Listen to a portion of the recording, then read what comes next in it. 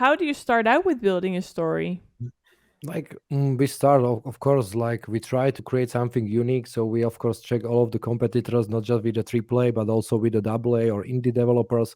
We was always huge, like, more fascinated by the cyberpunk and potential dystopian future. What coming on? We can see how is the Europe going on, the governments, all of the stuff, corruptions going on all around. We got the difference like COVID was around here and so and so. Now we can see a lot of the potential of the hyperinflation and so and so. So we can slowly see what's going on in the world, and Mm-hmm. we try to implement it inside the story, Yeah. and we try to think about what can be unique in the game. As David mentioned, Citizen Conflict as a franchise, as an IP, will have two separate titles: esports and MMO. And for the MMO, we implement a story where you got basically three syndicates. Mm-hmm. Three syndicates are owning the portion of the Ether Island, and they fight against each other. They fight against the dominance of the Ether Island. They try to conquer each other. They are thinking who is the best, but in the end, behind them, it's just another government called the Order Meta, and all of the syndicate are just the puppies in the game.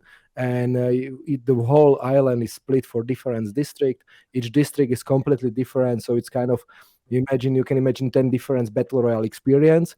So Mm-hmm. you got desert, then you got the military, then you got the I don't know, the dystopian city, then you got the oil refinery and some kind of working machines there. Then you got we also create one district according our capital city in the Bratislava, Mm-hmm. which we completely make one-to-one and rework to cyberpunk, Mm-hmm. and so it will be pretty amazing. So players will find different location, different visuals and ideas. You can use the vehicles, you can use the airplanes, so it will be pretty great experience.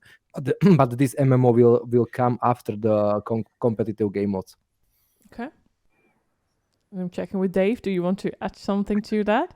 Yeah, I wanted, but I forgot. But what I can tell, we were, as we said at the beginning, we are '90s kids. So when I think of the future, I think of Harrison Ford running around and catching the bad guys in the Blade Runner. So this was, we were heavily inspired by that, and we can see, and also Will Smith. Let's not forget about Will Smith and iRobot.